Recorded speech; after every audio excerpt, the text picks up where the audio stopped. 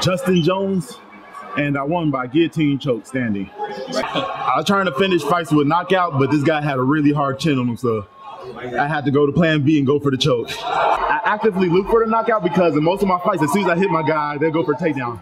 This guy has a hard chin. I hit him with everything I got, even the kitchen sink, and he just wouldn't fall. So eventually I got to go plan A to plan B, the submissions, because I don't want fights to go decisions.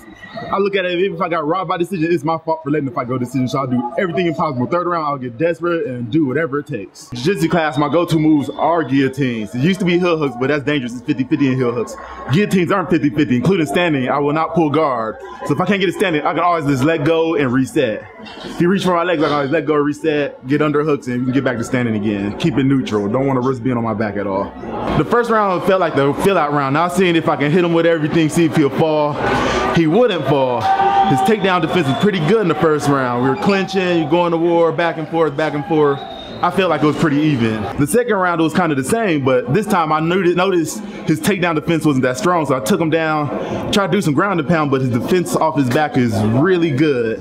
I tried to work the guillotine a couple times, but his guillotine, you can see it from a mile away. When the third round came, he let me get in too deep and he underestimated my guillotine. As soon as I get under the chin and he ain't defending it with one of his hands, I know I had it locked and I can finish it. I don't need to pull guard. If I had to pull guard, it's dangerous because if he gets out, I'm on my back and I gotta do all that work to get up.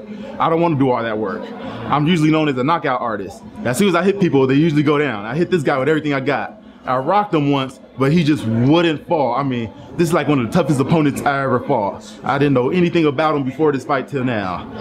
And now I know why no one can finish him. He surprised me with something in the second round. He hit me with something that I didn't see coming, but I can't remember what it was because the fight goes so fast that I had to look back on videos to figure out what it was.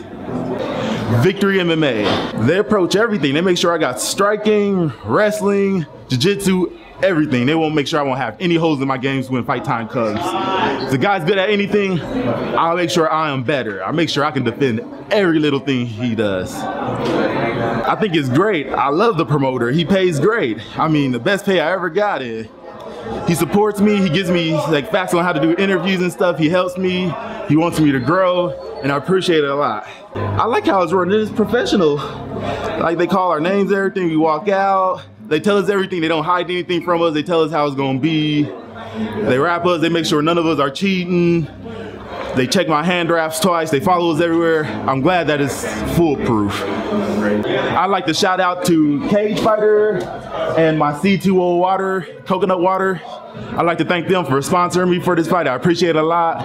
And I'd like to thank my gym, Victory MMA, for helping me out, giving me good training and everything, even though I'm struggling. And they're like family to me. I appreciate it a lot. I would like to thank Jason House, first and foremost, for getting me this fight and my sponsors and everything. It was a big step from my last fight to this one, and he's gonna take bigger leaps and bounds to get me where I want to go.